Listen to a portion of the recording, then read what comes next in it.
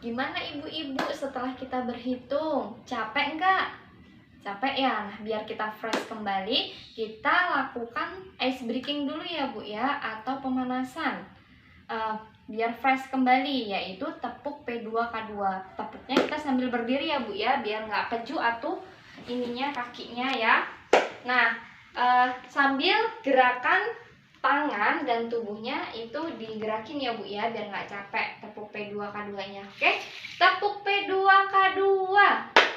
Pertemuan, peningkatan kemampuan keluarga, saling berpelukan Ibu. Ya, tepuk tangan buat kita semua. Silakan duduk kembali Ibu. Ya Bu ya. Nah, udah fresh kembali ya Bu ya. Jadi ibu-ibu, kita kembali lagi nih. Kalau anggaran di awal usaha itu menunjukkan keuntungan yang kecil. Ini hal yang biasa ya Bu ya. Kenapa coba tadi yang sudah nyimak? Kenapa anggaran di awal usaha, di awal mulai usaha itu menunjukkan keuntungan yang kecil? Ya, silakan Ibu Neneng. Mantul sekali jawaban Ibu Neneng. Benar Ibu. Karena apa Bu? Karena di awal usaha itu harus membeli bahan baku, membeli peralatan, dan juga mengembalikan modal. Jadi keuntungan di awal usaha itu sedikit Kak. Nah, kalau kita sudah tidak membeli peralatan dan juga tidak mengembalikan modal lagi, keuntungan kita itu lebih banyak. Nah, anggaran keuangan itu bisa kita atur nih seperti di flip chart 3B. Nah, ini bisa flip seperti anggaran seperti ini, itu bisa membantu keuangan kita gitu kan. Seperti ini di minggu pertama Ibu Lili itu menunjukkan keuntungan berapa Bu? 73.000. Kenapa hanya 73.000? Karena Ibu Lili harus mengeluarkan uang untuk membeli peralatan, panci kecil, lap, dan juga mengembalikan modal. Sedangkan di minggu kedua itu keuntungannya ada berapa Bu? 120.000.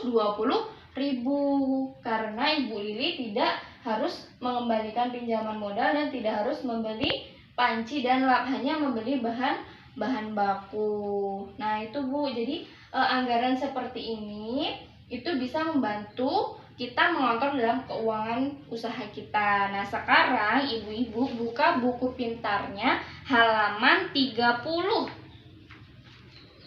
Ya Bu ya, halaman 30 dibuka. Udah dibuka semua Bu? Ya, mantul pokoknya ibu-ibu ini nih. Nah, di sini itu contoh dari anggaran usaha 1 bulan ya Bu ya.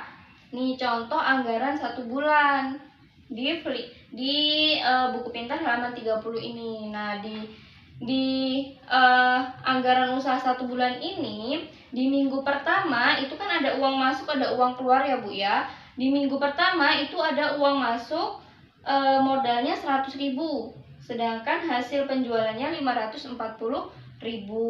Nah, ada uang keluar. Di minggu pertama uang keluarnya untuk apa Bu? Untuk membeli panci kecil, membeli lap. Ya Bu ya, dan juga untuk mengembalikan modal 100.000, sehingga di minggu pertama itu keuntungan hanya 73.000. Sedangkan di minggu kedua ini Bu, dilihat nih, uang masuknya 540.000.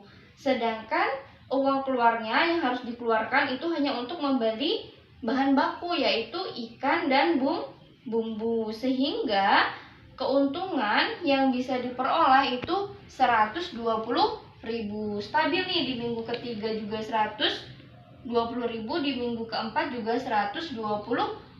Itu kalau kita sudah tidak mengembalikan pinjaman dan juga membeli peralatan. Nah, ibu-ibu, anggaran yang sudah kita buat ini tentunya akan terwujud kalau barang atau jasa yang kita tawarkan itu laku semua. Jadi perlu adanya apa Bu biar laku? Perlu adanya pemasaran. Betul sekali ibu-ibu. Pokoknya tepuk mantul lagi lah buat ibu-ibu semuanya ini. Tepuk mantul. Mantul, mantul. Mantul, mantul. Mantap betul. Ya Bu, jadi perlu adanya pemasaran sehingga anggaran yang kita buat itu dapat terwujud ya Bu ya. Nah, langkah selanjutnya nih kita akan belajar tentang pemasaran.